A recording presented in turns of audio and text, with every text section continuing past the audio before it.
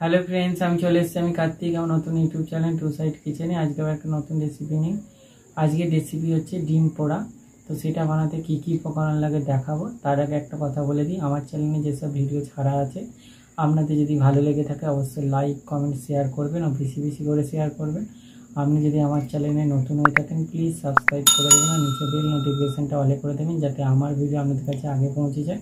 তাহলে চলুন ডিম পোড়া বানাতে কী কী উপকরণ লাগে আসুন দেখাই।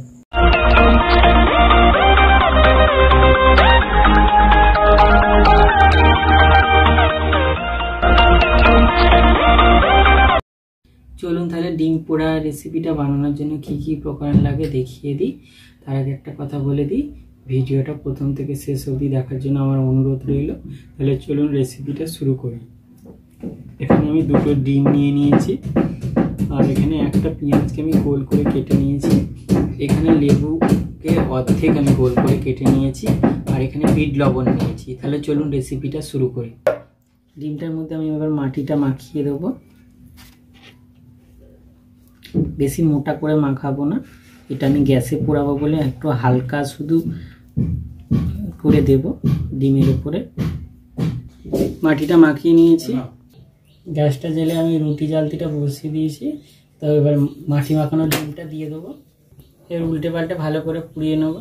ভালো করে পোড়ানো হয়ে গেছে, মাটিটা একদম পুরো একদম শুকনো হয়ে গেছে। এবার এটা আমি নামিয়ে একটু ঠান্ডা করে ভেঙে নেব। এবার মাটিটাকে ভেঙে নেবো মেরে।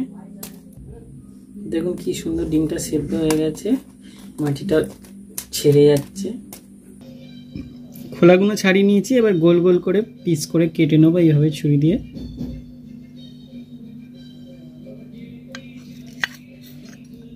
পেঁয়াজটা ওর উপরে সাজিয়ে দিয়েছি, এবার লেবুর রসটা আমি দিয়ে দেবো। এবার বিট লবণটা ছড়িয়ে দেবো। দেখুন আমার ডিম পোড়া রেসিপিটা রেডি হয়ে গেছে। এই রেসিপিটা যদি আপনাদের ভালো লেগে থাকে অবশ্যই লাইক কমেন্ট শেয়ার করবেন ও বেশি বেশি করে শেয়ার করবেন আর প্লিজ সাবস্ক্রাইব করে দেবেন, আমাদের পাশে থাকবেন। চলুন তাহলে দেখা হচ্ছে নেক্সট ভিডিওতে। এই রেসিপিটা যদি ভালো লেগে থাকে অবশ্যই বাড়িতে ট্রাই করবেন।